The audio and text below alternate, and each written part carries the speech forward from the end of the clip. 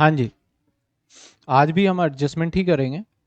पहले सारा एडजस्टमेंट एक बार हम कंप्लीट करेंगे, उसके बाद आगे बढ़ने वाले हैं।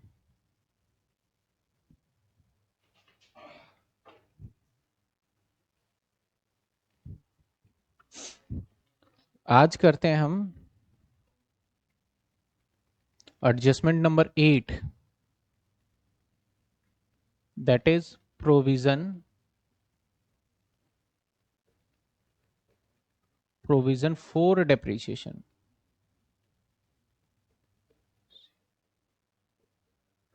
अगर आपको provision for depreciation trial balance में मिले तो कैसे ट्रीटमेंट करना है, देखिए।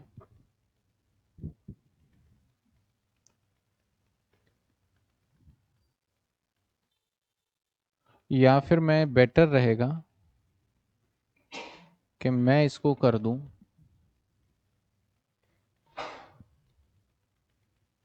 And depreciation and depreciation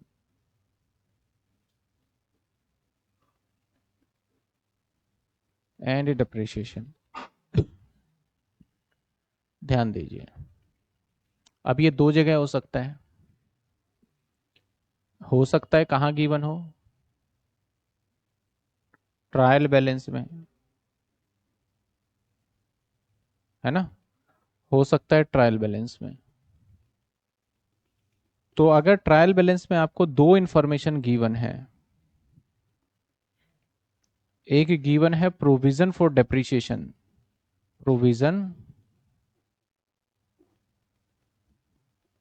for depreciation, और दूसरा ओनली डेप्रिसिएशन, दोनों में फर्क है।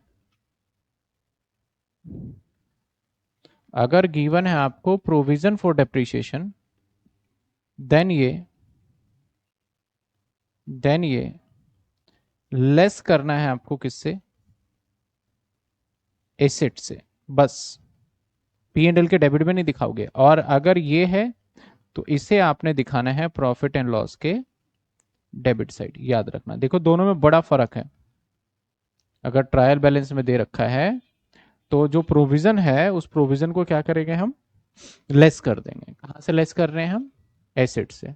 लेकिन जो हमें दे रखा है कौन सा, डेप्रिसिएशन, वो तो पी एंड एल के डेबिट में आ जाएगा। अब बात करते हैं एडजस्टमेंट में। अगर हम एडजस्टमेंट की बात करें तो एडजस्टमेंट में ना आपको कभी भी प्रोविजन फॉर डेप्रिसिएशन देगा ही नहीं, सिर्फ बोलेगा डेप्रिसिएशन। एडजस्टमेंट में कभी भी, जैसे कि प्रोविजन फॉर डेटर का बोलता है ना, ऐसे डेप्रिसिएशन का कभी भी प्रोविजन फॉर डेप्रिसिएशन नहीं बोलेगा, आपको सिर्फ बोलेगा डेप्रिसिएशन। तो एडजस्टमेंट में कैसे करना है आपको, एडजस्टमेंट की तो आपको पता ही, ये दो एंट्री होता है, तो डेप्रिसिएशन की दो एंट्री। अब समझना, अब आपको थोड़ा बहुत आइडिया होगा कि हमारे डेप्रिसिएशन के दो मेथड्स होते हैं, है ना। कौन कौन सा होता है, जो पॉपुलर मेथड है एसएलएम और डब्ल्यूडीबी। तो मे भी पॉसिबल है कि आपका हो डब्ल्यूडीबी, मैक्सिमम केस है कि हो डब्ल्यूडीबी। अगर डब्ल्यूडीबी हुआ तो उसका ट्रीटमेंट मैं बताऊंगा यहां, और यहां पे मैं बताने वाला हूं अगर क्या हुआ एसएलएम हुआ तो उसका क्या ट्रीटमेंट होगा। एसएलएम, जब पेपर आपका टफ आएगा ना तो वो कोई भी पॉइंट पूछ सकता है, तो हम इस हिसाब से तैयारी कर रहे हैं कि पेपर में कुछ भी पूछा जाए हम तो कर लेंगे भाई। सपोज करो हमारे पास मशीनरी है, सपोज करो मशीनरी है 1 लाख रुपए, और सेम डब्ल्यूडीबी में भी 1 लाख है, ठीक है ना, सेम डब्ल्यूडीबी में भी 1 लाख है। और मैं यहां पे थोड़ा सा एग्जाम्पल डाल देता हूं इस वाले के लिए। हमारे पास मशीनरी दैट इज 1 लाख, और provision for depreciation PFD, provision for debtor मत समझना, प्रोविजन फॉर डेप्रीशिएशन मान लेते हैं 10,000। और एडजस्टमेंट में करंट रेट दे रखा है डेप्रीशिएशन, वो दे रखा है सपोज 10%। ये तीन जानकारी है। प्रोविजन फॉर डेप्रीशिएशन ये गिवन है ट्रायल बैलेंस में, और मशीनरी गिवन है ट्रायल बैलेंस में, और ये गिवन है आपका एडजस्टमेंट में, ये गिवन है एडजस्टमेंट। या तो फिर सपोज मैं बना ही दूं बैलेंस शीट ना, ताकि आपको पता भी चल जाए कि क्या बताना चाह रहा हूं। ये मान लो आपके पास एक ट्रायल बैलेंस है ना, ये ट्रायल बैलेंस है। एक छोटा सा ट्रायल बैलेंस बना लिया, ट्रायल बैलेंस, यहां मशीनरी 1 लाख, और पीएफडी हमेशा जो प्रोविजन फॉर डेप्रीशिएशन मिलेगा 10,000 वो क्रेडिट में मिलेगा। ये क्या होता है, डेबिट, और ये क्रेडिट। समझ में आई? पहला केस मैंने बोला कि मेरे भाई आप डेप्रीशिएशन लगाओ, डेप्रीशिएशन 10% लगाओ एसएलएम से, और दूसरा केस मैंने बोला कि डेप्रीशिएशन लगाओ 10% डब्ल्यूडीबी से। दो केसेस आ गए, एक एसएलएम से बताओ, एक डब्ल्यूडीबी से। अब हमें तो सिंपल पता है 10% देता है तो एसेट्स के ऊपर हम 10% कैलकुलेट कर लेते हैं। तो अगर डब्ल्यूडीबी हुआ, डब्ल्यूडीबी मेथड हुआ, तो सबसे पहले यहां से हम पीएफडी माइनस करेंगे जो कि हमारा 10,000, और फिर हमारा बचेगा 90,000, और फिर माइनस करेंगे यहां पे डेप्रीशिएशन दैट इज 10%, और वो आएगा हमारा 9,000, जो कि बच गया हमारा अब 81,000। लेकिन अगर एसएलएम हुआ तो सीधा आपको 10% माइनस करना है। सर पीएफडी होता क्या है, प्रोविजन फॉर डेप्रीशिएशन, मतलब हमने एसेट्स में से डेप्रीशिएशन माइनस नहीं किया है, उसको कहीं और रखा है हमने अलग से बचा के। अगर हम एसेट्स में से डेप्रीशिएशन माइनस कर देते हैं तो पीएफडी नहीं होता है। तो यहां पे 10% देखा जाए तो सीधा लगेगा 10,000, और ये आ जाएगा अब हमारा बैलेंस 90,000। और इस केस के अंदर ट्रीटमेंट में क्या कर सकते हो, इस ट्रीटमेंट में पीएफडी भी 10,000 माइनस कर देना, तो बचे कितने, 90,000। क्योंकि एसएलएम है तो अब जो डेप्रीशिएशन लगेगा वो लगेगा 10,000, और अब बचेगा 90,000। जो डेप्रीशिएशन कैलकुलेट करोगे इसके भी करोगे अब कॉस्ट के ऊपर, समझे? ऐसे कर लेना, डेप्रीशिएशन किस पे कैलकुलेट करोगे, कॉस्ट पे। अब ये तो एक एंट्री हो गया, अगर ये सिचुएशन हुआ तो क्या करेंगे, ये हुआ। अब बात करते हैं सर दूसरी एंट्री भी तो लेके जाओगे, हाँ दूसरी भी लेके जाएंगे। अब आ जाएगा हमारा पी एंड एल में, प्रॉफिट एंड लॉस में। और प्रॉफिट एंड लॉस में कहां जाएगा, ये प्रॉफिट एंड लॉस के डेबिट साइड में चला जाएगा, ये डेबिट साइड में, डेबिट साइड में। अगर आप डब्ल्यूडीवी मेथड देख रहे हो तो डब्ल्यूडीवी के हिसाब से जाएगा, answer is 9,000 P and L के डेबिट में। और अगर एसएलएम देख रहे हो तो एसएलएम के हिसाब से जाएगा हमारा आंसर पी एंड एल में 10,000। ये ट्रीटमेंट आपका होगा किसका, प्रोविजन फॉर डेप्रीशिएशन और डेप्रीशिएशन दोनों अगर आपको गिवन हो तो ये ट्रीटमेंट रहने वाला है। समझ में आई बात आपको? क्लियर है कैसे करा हमने? बहुत बच्चों को ना परेशानी होती है इसमें, लेकिन है बहुत सिंपल और सिंपल तरीके से। वैसे प्रोविजन फॉर डेप्रीशिएशन क्या होता है इसको हम बहुत डिटेल में समझते हैं, डेप्रीशिएशन चैप्टर आपके सिलेबस का ही पार्ट है, वहां तो क्वेश्चन ही आता है आपका provision for depreciation. Normally provision for depreciation का मतलब होता है हम डेप्रीशिएशन माइनस कर ही नहीं रहे एसेट से, उसको हम लाइबिलिटी साइड में शो करते जा रहे हैं, इकट्ठा कर रहे हैं। देखो समझो प्रोविजन फॉर डेप्रीशिएशन क्या है, मैं समझा ही दूं, क्योंकि बीच बीच में कई बार क्लासेस के बीच में मुझे बताना पड़ता है, लगता है कि क्या पता आए क्या ना आए। अब दो तरीके का मैं मेथड डेप्रीशिएशन लगाने के लिए, एक तो मैं बैलेंस शीट आपको दिखा रहा हूं और मान लेते हैं कि डेप्रीशिएशन 10% है, तो अगर मैं फॉलो करता हूं मशीनरी, ये वाला कौन सा साइड है आप सबको पता है, ये कौन सा साइड है, एसेट्स, और ये साइड कौन सा है, लाइबिलिटी। और मशीनरी सपोज करो मेरा 1 लाख है, तो अगर मुझे डेप्रीशिएशन बोला गया तो 10% डेप्रीशिएशन यहां लगेगा, तो मैं यहां ना लगा के मैं यहां लिखूंगा पीएफडी दैट इज 10% यानी 10,000। ठीक है, अब आ जाते हैं हम सेकेंड ईयर में। हम 2 साल का डेटा जब तक नहीं करेंगे तो हमारे दिमाग में ये आएगा नहीं कि सर ये क्या चल रहा है हमारे साथ। अब आ जाओ जी सेकेंड ईयर में, अब दूसरे साल में आ जाते हैं। तो दूसरे साल में जैसे ही आप एंटर करोगे ना, तो फिर से 10% रेट है, तो अब मैं इसमें प्लस कर दूंगा PFD, provision for depreciation, that is हमारा 10,000। ठीक है ना, दूसरे साल में 10,000, तो ये हो गया 20,000, और एसेट्स ये 1 लाख का 1 लाख रहने वाला है। ऐसा नहीं कि इसमें भी माइनस कर देंगे। अब जब तीसरे साल में जाएंगे, तो फिर तीसरे साल में भी क्या करने वाले हैं हम, चलो तीसरे साल भी चल लेते हैं। अगर मैं तीसरे साल में जाऊंगा, तो सर जो दूसरे पहले साल का जो होगा, एक तो ये चला जाएगा पी एंडल में भी जाएगा, ये पीएफडी भी पी एंडल में जाएगा। अगर करंट ईयर का पीएफडी बनाया आपने तो पी एंडल में जाएगा। चलो तीसरे साल का भी देख लेते हैं।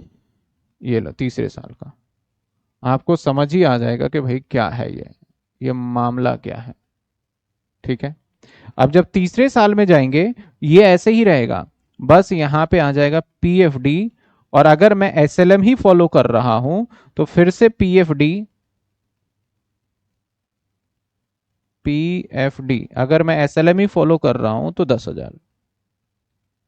ठीक है, लेकिन सर व्हाट अबाउट अगर आप डब्ल्यूडीवी फॉलो करोगे तो क्या करोगे आप, समझ रहे हो? अगर आप डब्ल्यूडीवी फॉलो करोगे तो क्या करोगे?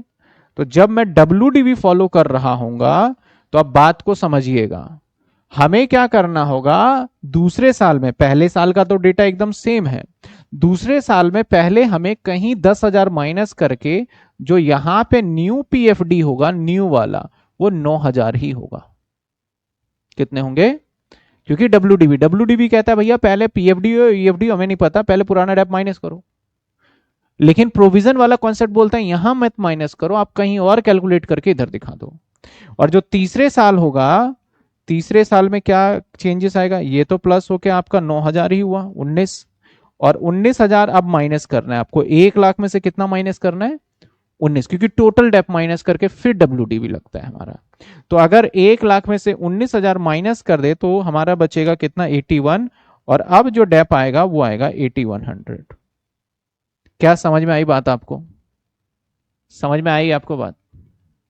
देखो मैंने दोनों ही बड़े आराम से समझा दिया है कि एक के अंदर आपको क्या करना है, दूसरे में क्या करना है, क्या वैल्यू है इनकी, उस हिसाब से।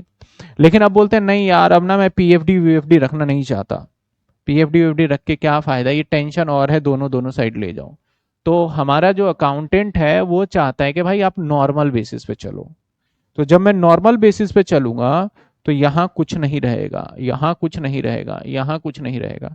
पहले साल में सीधा अगर एसएलएम ही लेते हैं, तो यहां डेप्रीशिएशन लगेगा 10,000, बचा कितने, 90,000। नेक्स्ट ईयर में जो हमारे पास एसेट्स ट्रांसफर होगा, वो पता है कितने होंगे, 90,000, फिर से माइनस डेप्रीशिएशन, अगर एसएलएम है तो फिर कितने लगाओगे आप, 10,000, बचा कितने, 80,000। अगर फिर यहाँ पे आप पता है क्या बैलेंस ट्रांसफर करोगे आप, 80,000, और माइनस डेप्रीशिएशन लगाओगे, कितने लगाओगे, 10,000, और बचा 70,000।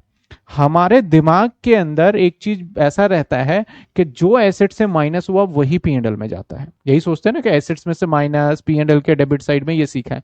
लेकिन यहां पे देखो, ये भी जाएगा पीएनएल में, और यहां पे ये वाला नहीं जाएगा पीएनएल में, एक बार तो चला ही गया, कितनी बार भेजोगे इसको, अब ये वाला जाएगा पार्ट पीएनएल में, और यहां पे तो ये भी चला ही गया, तो अब कितनी बार भेजोगे, अब ये वाला जाएगा पीएनएल में। यानी जो करंट ईयर का डेप्रीशिएशन हो, चाहे प्रोविजन फॉर डेप्रीशिएशन करंट, वो तो पीएनएल में जाएगा ही जाएगा। तो मैंने यहां पे एडजस्टमेंट जो लिखवाया, यहां पे लिखवाया है कि अगर ट्रायल में जो गिवन होता है प्रोविजन, वो करंट ईयर का नहीं होता, वो पुराना होता है हमारा। वो कौन सा होता है, इसलिए मैंने बोला एसेट से माइनस करो। लेकिन करंट ईयर में बाय चांस आपको एग्जामिनर परेशान करने के लिए नीचे लिख दे प्रोविजन फॉर डेप्रीशिएशन 10%, तो घबराना नहीं है, वो भी पी एंडल में ही जाएगा, हालांकि ऐसा आएगा नहीं। अब देखिए यहां पे अब हम बात करते हैं इसके अंदर, अब दोनों के बैलेंस में कोई फर्क नहीं है, मेथड अलग है। मैं एसएलएम वाले को लेता हूं, तो देखो 1 लाख में से यहां 30,000 है, 1 लाख में से 30,000 अगर माइनस कर दो, तो बैलेंस शीट में आपको एसेट्स, रिफ्लेक्टेड एसेट्स, जो एसेट्स आपको बैलेंस शीट में विजुअलाइज होगा, वो 70,000 ही है, क्योंकि माइनस आप बैलेंसिंग तो करते ही हो ना। और सेम हमें यहां पे भी क्या दिख रहा है, 70,000। तो वो तो बस कैलकुलेशन करने का मेथड थोड़ा सा अलग है, बाकी दोनों चीजें सेम है। बताओ आपको समझ में आया या नहीं आया प्रोविजन फॉर डेप्रीशिएशन? कैसे करना है। तो मैं आपको हमेशा एक बात जरूर बोलूंगा, जब भी आप इस चैप्टर को स्टार्ट करेंगे, आपके एक ही जगह पे सारे एडजस्टमेंट होना चाहिए। पहले एक बार एडजस्टमेंट पढ़ लोगे, मैंने कहा मैं 20 एक 22 के आसपास कराऊंगा एडजस्टमेंट, और जितने भी एडजस्टमेंट मैं कराऊंगा 20-22 के आसपास, आपके वही 15 से 16 पेज मान लो उसमें आ जाता है। तो 15 से 16 पेज रिवाइज करने में टाइम ही कितना लगना है आपको, बड़ा कम टाइम लगेगा। फटाफट पेज पलटा, 5-7 मिनट में रिवाइज हो गया, फिर क्वेश्चन करने बैठो। जब आप क्वेश्चन सारे करने लग जाओगे तो आपको याद ही हो जाएगा, तब तो आपको वो भी देखने की जरूरत नहीं पड़ेगी। तो ये था एडजस्टमेंट नंबर हमारा 8। एडजस्टमेंट नंबर कौन सा था हमारा? 8। चलिए आइए अब देखते हैं adjustment number 9। Adjustment number 9, capital expenditure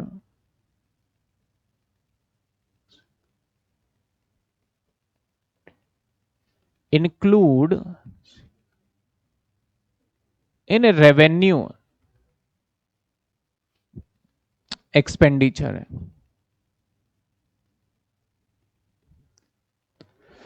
अभी तक आपके कॉलेज का कुछ डिटेल वगैरह आया नहीं है, तो मैं तो बोलूंगा कॉलेज वाले अपना काम कर लेंगे। आपको एडमिशन लेना हो, आपको देखो, अगर आपने सोचा है कि अगर रेगुलर आया तो मैं पढ़ूंगा, नहीं तो नहीं पढ़ूंगा, तब तो आप वेट कर सकते हो। अगर आपको पता है कि भैया ग्रेजुएशन तो हमने करना ही करना है किसी हालत में, चाहे कुछ हो जाए, बीकॉम तो करेंगे, साल थोड़ी बर्बाद करेंगे, तो फिर आप किस चीज का इंतजार कर रहे हो कि सर कॉलेज और एडमिशन होगा, ये होगा, वो होगा। मैंने डेट शीट तो बता ही दिया, आपका जनवरी में आपके एग्जाम है, दिसंबर एंड और जनवरी में। मैं आपको एक सेकंड सेमेस्टर कॉलेज का थोड़ा थोड़ा बातें भी बताऊंगा ताकि आपको पता रहेगा। सेकंड के जो आप ये वीडियो देख रहे हैं, इस वीडियो को बनाने में हमारी बहुत मेहनत है। क्लास को रिकॉर्ड करने से लेके एडिटिंग तक, नोट्स को बनाने तक काफ़ी मेहनत है। तो प्लीज़ आप इस चैनल को सब्सक्राइब जरूर करिए और अपने दोस्तों को भी शेयर करिए कि इस चैनल पे आपको बीकॉम की सारे कंटेंट्स अवेलेबल होते हैं। सेमेस्टर, अब जैसे फर्स्ट सेमेस्टर में पेपर दोगे, कब दोगे? दिसंबर में। तो आपने जैसे अगर दिसंबर में पेपर दिया, तो अगला पेपर आपका मई, अभी जो चल रहा है जून, मई में पेपर हो जाएगा स्टार्ट, ठीक है ना? मई या जून में मान लेते हैं पेपर स्टार्ट हो जाएगा। तो बच्चों ने दिसंबर में पेपर दे दिया, मैंने डेप्रिसिएशन लिख दिया दिसंबर, मैंने कहा दिया? दिसंबर में पेपर दे दिया। अब अगर मैंने दिसंबर में पेपर दे दिया, तो बहुत सारे स्टूडेंट का एक नेचर बना होता है, जैसे 11वीं में पेपर दिया है तो ट्यूशन थोड़ी ज्वाइन करेंगे, पहले रिजल्ट आएगा तो 20-30 दिन इंतजार करते हैं। 10th में भी ऐसा ही रहता है कि पहले रिजल्ट आएगा तभी तो कोचिंग जाएंगे। बच्चों ने क्या करा, यहां पे भी बहुत सारे बच्चे सोच रहे थे कि भैया रिजल्ट आएगा तो पढ़ेंगे। जब मई का एक पेपर हो गया, एक पेपर, पहला पेपर हो गया, उसके अगले दिन रिजल्ट आया। समझ रहे हो आप? यहां पे ऐसा नहीं है कि आप 12वीं का रिजल्ट, अगर 11वीं का रिजल्ट आएगा तब 12th का बुक खरीदना है, ऐसा नहीं सिस्टम है यहां पे। आपने फर्स्ट ईयर का पेपर दिया, आप पास हो फेल हो मैटर नहीं करता, आपको सेकेंड ईयर में जाना ही जाना है आपको लगभग। अब ऐसा नहीं कि सारे पेपर छोड़ दो, तब हम पेपर ही नहीं देंगे फिर भी सेकेंड ईयर में, तब नहीं पहुंचोगे। आपके टोटल 14 पेपर होते हैं, ठीक है ना? 14 एग्जाम। इसमें से मैं एवरेज बता देता हूं, 14 में से आप 60% एग्जाम मान लो। तो इस 60% एग्जाम का मतलब होता है हमारा, अगर 14 पेपर हैं सेमेस्टर 1 में और 2 में, दोनों को मिला के, तो अगर इसका हम एवरेज निकाले तो आपको 8 पेपर लगभग लगभग आप पास हो जाते हो। और कितने में फेल हो गए? 6 पेपर में अगर आप फेल हो जाते हो, तब भी आपको दिल्ली यूनिवर्सिटी या कोई अदर यूनिवर्सिटी भी आपको कहती है कोई बात नहीं, आप सेकेंड ईयर की तैयारी चालू करिए और सेकेंड ईयर का पेपर दीजिए, और जो ये पेपर रह गए हैं उसको आप सेकेंड ईयर के साथ कंप्लीट करिए। अब हुआ ऐसा होगा कि भाई 8 पेपर एक ही सेमेस्टर में थोड़ी ना फेल हो गए होंगे। हो सकता है सेमेस्टर 1 में आप 4 पेपर में फेल थे, अरे 8 ज्यादा बोल दिया, 8 में पास होना है भाई, इसमें पास होना है, मैंने फेल बोल दिया आपको। तो मान लेते हैं कि 2 पेपर में या 3 पेपर सेमेस्टर 1 में आप फेल थे, और 3 पेपर या 3 पेपर सेमेस्टर 2 में फेल थे, ऐसे हुआ। तो अब आप फर्स्ट ईयर जैसे पास करोगे तो आप आओगे सेकंड ईयर, और सेकंड ईयर के अंदर जैसे ही आओगे तो वो होगा हमारा सेमेस्टर पहले 3, है ना? तो 3 के तो 7 आपको देने ही देने हैं, यानी आपका एडमिशन होगा, सब कुछ होगा, और प्लस ये वाले भी 3 देने होंगे। अब आपको पता है कितने पेपर देने पड़ेंगे? 10 पेपर देने पड़ेंगे, ठीक है ना। और जब आप सेमेस्टर 4 में जाओगे तो 7 तो 4 वाले अपने, और ये 2 वाले वैसे जाएंगे, यानी ओड इवन के। यानी ऐसे चलता है कि अगर किसी भी सेमेस्टर में फेल होते हो, एक में होते हो, तो दूसरे सेमेस्टर के साथ आप नहीं दोगे, तीसरे के साथ दोगे। और 1 और 3 में फेल होते हो तो कब दोगे? 5 के साथ दोगे। तो ये सिस्टम लेके चलते हैं। तो एक बात तो आप मान लो, अगर आपने सोच लिया है कि मुझे बीकॉम करना है तो एडमिशन भी हो ही जाना है। दूसरी बात ये भी समझ लो कि आप सोच रहे हो कि मैं एग्जाम टाइम पे पढ़ूंगा, तो आप समझ सकते हो कि अगर 3-4 पेपर में बच्चा रह गया तो अगला सेमेस्टर कितना मुश्किल होता है। सेमेस्टर 1 में ही बच्चे का परसेंटेज ड्रॉप होता है। और एक चीज मैं बताऊं, अगर आपके 50%, मैं मिनिमम बोल रहा हूं, आप तो बढ़ा दिया क्राइटेरिया, अगर आपके 50% नहीं आते हैं, सपोज लापरवाही करा, 50% नहीं आया, जो कि 50% स्कोर करना नॉट एन इजी टास्क नहीं है, पढ़ना पड़ेगा उसके लिए। आपका 12th जैसा नहीं है कि किसी के 50 से नीचे देखने को नहीं मिलता हमें, सबके तो 50 से ऊपर ही होते हैं लगभग। तो 50% मान लो नहीं आए, तो इसके बाद आपका करियर, जैसे ही कॉलेज करते हो तो कॉलेज के बाद आपके कुछ कोर्सेज करने पड़ते हैं आपको अच्छी जॉब लेने के लिए। उन कोर्सेज का नाम बताऊं, जैसे आप कुछ नहीं करना चाहते, चलो यार एमबीए थोड़ा बहुत देखते हैं, ट्राई करते हैं, या आपका मन हो गया यार एलएलबी कर लेते हैं, आपका मन हो गया यार एमकॉम कर लेते हैं, या आपका मन हो गया कोई अदर बीएड कर लेते हैं। बहुत बच्चे बीएड, गर्ल्स तो स्पेशली बीएड टीचिंग वगैरह लाइन में, मतलब जितने भी मास्टरी कोर्स होंगे उसमें आप एडमिशन नहीं ले पाओगे। उसका मिनिमम एलिजिबिलिटी क्राइटेरिया है 50% कैंडिडेट मस्ट होना चाहिए। तो अगर आपके 50% से कम अगर आपके आए तो आप मान के चलिए आपके जीवन में से पढ़ाई खत्म, खत्म हो चुका, अब आपको कुछ करना ही नहीं, क्योंकि कर ही नहीं सकते। तो एक ये भी फैक्टर है, सेमेस्टर 1 के अंदर कम परसेंटेज नहीं आना चाहिए। अगर अच्छे परसेंटेज आता है तो 2 और 3 में बहुत अच्छे परसेंटेज बन जाता है। अभी र्यूमर्स भी चल रहे हैं कि बहुत सारे, जैसे कोई बच्चा सीए करना चाहता है, सपोज दैट सीए में भी कहता है कि भाई अगर आपके 65% अगर परसेंटेज आते हैं ग्रेजुएशन में, तो आपको सीए फाउंडेशन नहीं देना, आप सीधा क्या दो, सीए इंटर में ही दे दो एग्जाम जाके, वो वाला छोड़ दो। मान लेते हैं आप पढ़ने में होशियार हो तो वो मत दो, अगला दे दो। लेकिन अगर मान लो आपके आ जाते हैं 45%, तो बोलते हैं तुम तो पहले भी नालायक थे और अब भी नालायक ही मान रहे हैं, फाउंडेशन दो पहले और फिर तुम्हें इंटर में आने देंगे। समझ रहे हो? यानी कहने का मतलब है 50% से बिलो जो है ना, आप बस बोल तो सकते हो कि मैं ग्रेजुएट हो गया, लेकिन आपकी हालात हर जगह पे 12th पास वाली ही रहेगी। तो वो बहुत बच्चों के साथ होता है और बहुत बच्चे परेशान रहते हैं इस बात को लेके, इसलिए मैं बोल रहा हूं। चलिए आइए, capital expenditure include revenue expenditure, इसका मतलब क्या है? अब कैपिटल एक्सपेंडिचर क्या होता है, सबसे पहले ये समझो। कैपिटल एक्सपेंडिचर,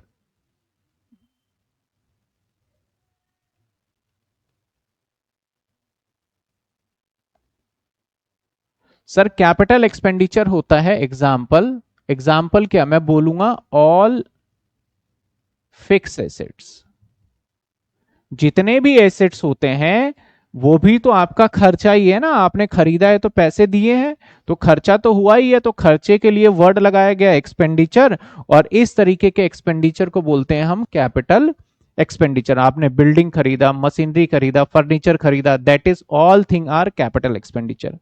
रेवेन्यू एक्सपेंडिचर कौन से होते हैं? रेवेन्यू एक्सपेंडिचर जितने भी प्रॉफिट एंड लॉस के अंदर मैंने आइटम डाले थे वो सारे रेवेन्यू एक्सपेंडिचर थे, और जितने भी बैलेंस शीट के एसेट्स में लिखे थे मैंने फिक्स एसेट्स, वो सारे कौन से एक्सपेंडिचर थे? कैपिटल। मैंने बोला सैलरी तो रेवेन्यू एक्सपेंडिचर, और मैंने बोला फॉर एग्जांपल मशीनरी तो कौन सा एक्सपेंडिचर? Capital expenditure. ठीक है, तो capital expenditure include revenue expenditure, इसके अंदर दो केसेस बन जाते हैं। ये ऐसा नहीं है कि ट्रायल में गिवन हो एडजस्टमेंट, ये ऑलवेज एडजस्टमेंट में ही मिलेगा आपको, हमेशा कहां मिलने वाला है? एडजस्टमेंट में ही गिवन होगा। तो अब यहां पे दो टाइप से हो सकता है कि हम पूरा पार्ट ही भूल गए, या फिर उसमें से कुछ पार्ट हम नहीं लिया। जैसे मैं एक एग्जाम्पल लिख रहा हूं, इसका क्या ट्रीटमेंट होगा समझना। मैंने लिखा परचेज गुड्स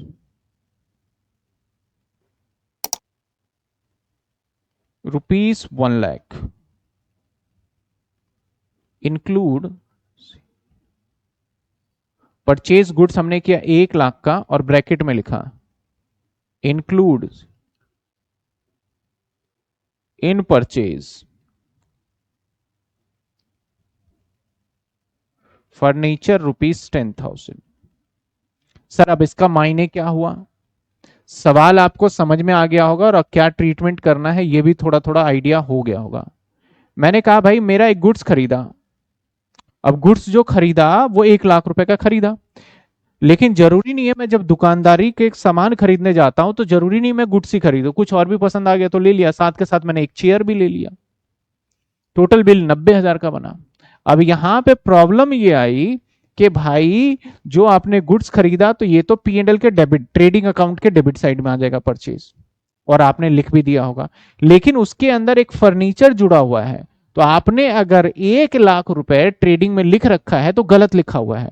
आपका परचेज का जो आइटम होना चाहिए वो कितना होना चाहिए? परचेज का आइटम 90,000 होना चाहिए, और 10,000 कहां का पार्ट होना चाहिए? आपका एसेट्स का पार्ट होना चाहिए। तो अगर इस टाइप का कोई भी एडजस्टमेंट दिखे तो इसके एडजस्टमेंट को कैसे टेक केयर करना है वो देखिए।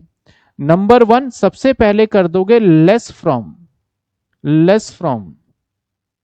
परचेज, परचेज से लेस कर दोगे, और दूसरा कहां दिखा दोगे? बैलेंस शीट के एसेट साइड में।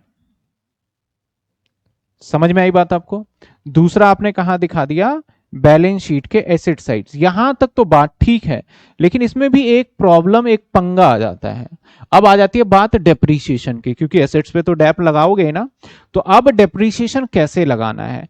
अगर डेट दे देता है, मान लो मैंने बोला मैंने 25 तारीख को गलती करी है, या मैंने बोला मैंने मई के महीने में गलती करी है, तो भाई मई के महीने से आगे तक डेप लगा देंगे इसमें।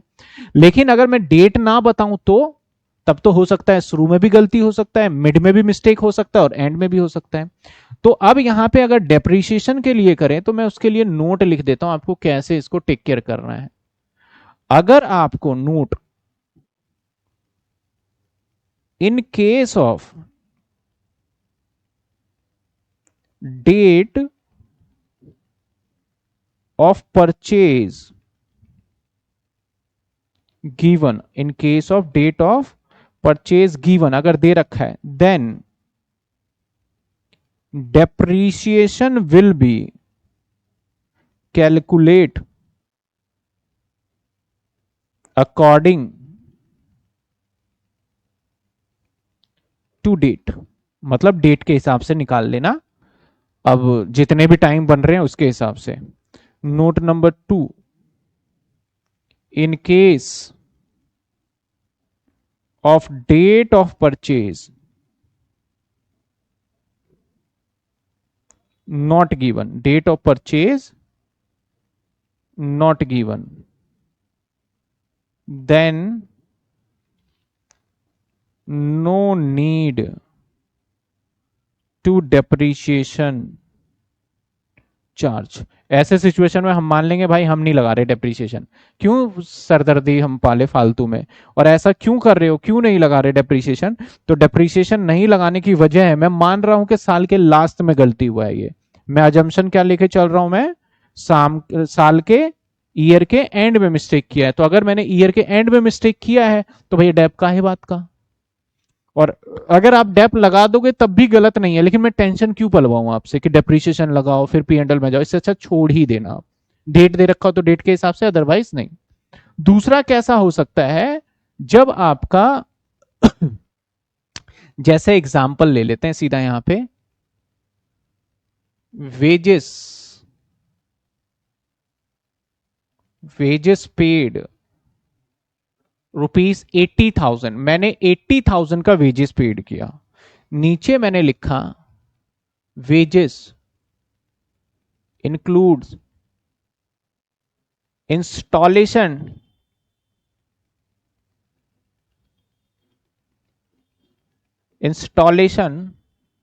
ऑफ मशीनरी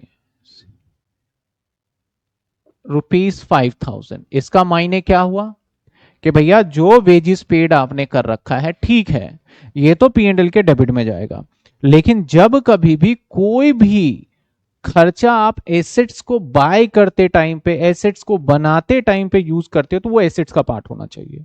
तो यहां पे मिस्टेक समझ में आया क्या है आपका? मिस्टेक ये है कि सबसे पहले जो आप ट्रेडिंग अकाउंट में जाओगे ना, ट्रेडिंग अकाउंट के अंदर आप क्या करोगे, लेस फ्रॉम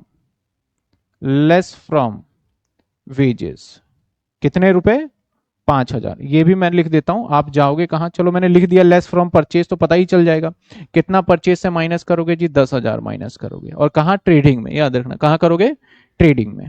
और दूसरी एंट्री की बात करें तो कहां जाओगे आप, दूसरी एंट्री की बात करें तो एसेट साइड चलो जाओगे आप, एसेट साइड, एड इन किसमें,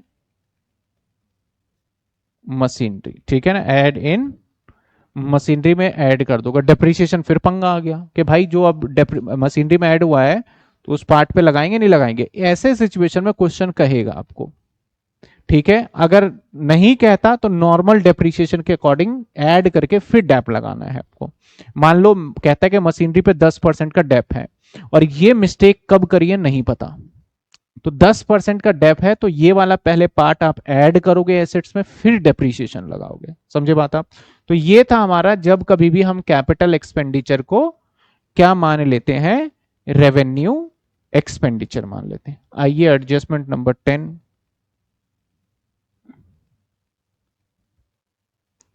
ओमिशन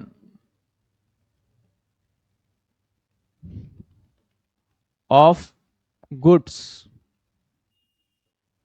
और एसेट परचेज। ओमिशन का मतलब क्या होता है, रेक्टिफिकेशन 11वीं क्लास में आपने पढ़ा है। तो ओमिशन का मतलब क्या होता है, भूल जाना। भाई हम लिखना ही भूल गए, अब जब लिखना भूल गए ये तो बड़ी दिक्कत वाली बात हो गई। अब तो हमें रेक्टिफिकेशन मतलब इसको लिखना पड़ेगा तभी तो ठीक होगा। अब आप दो चीजों में से कुछ भी भूल सकते हो। सपोज करो आप गुड्स को लिखना भूल गए, तब कैसे ट्रीटमेंट होगा। और सपोज करो आप एसेट्स को लिखना भूल गए, तो कैसे ट्रीटमेंट करोगे, ठीक है ना। अगर आप गुड्स को लिखना भूल गए तो क्या ट्रीटमेंट करोगे, अगर आप एसेट्स को लिखना भूल गए तो क्या ट्रीटमेंट करोगे। दो तरीके से हो सकता है ना आपका, दो तरीके से हो सकता है।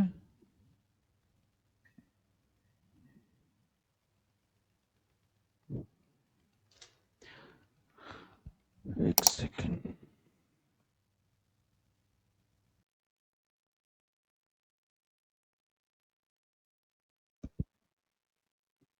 आइए, चलिए, आवाज तो आ रही है ना, चलिए ठीक है।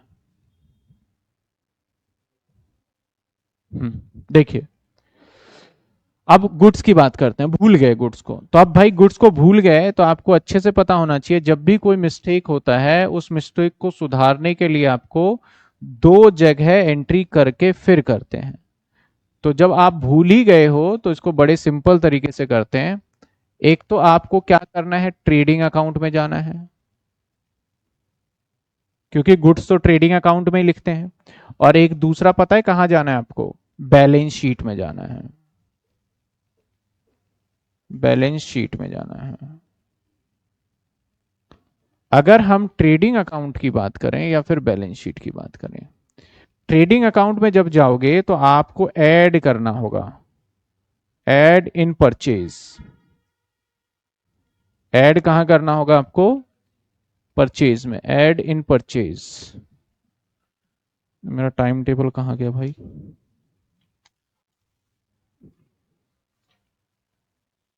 7 बजे इनकम टैक्स है ना, चलो ऐड इन परचेज। दूसरा क्या करेंगे हम, बैलेंस शीट के लाइबिलिटी साइड दिखा देंगे, लाइबिलिटी साइड कैसे, एज अ क्रेडिटर।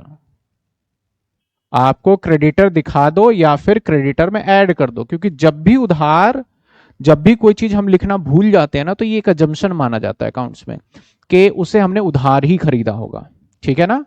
तो वो कहां चला जाएगा, बैलेंस शीट के लाइबिलिटी साइड में। सेकंड थिंग आपका, अगर मैं बात करता हूं सेम, अगर मैं बात करूं किसका, चलो यही बना लेते हैं। अगर मैं सेकंड थिंग बात करता हूं, मैं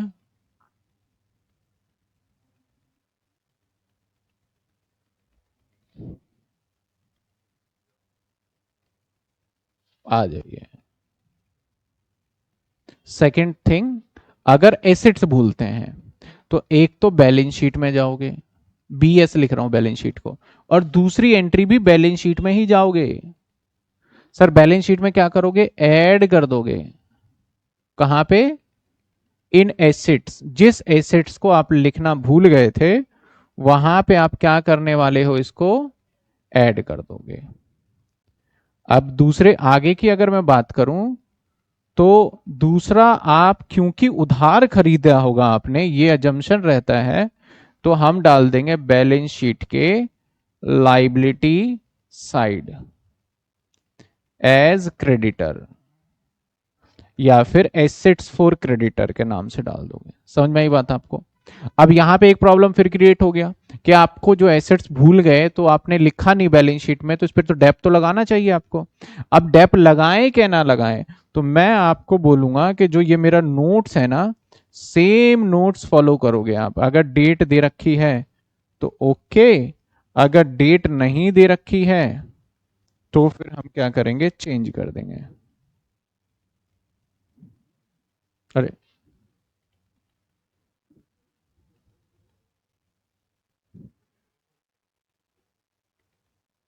आ जाइए,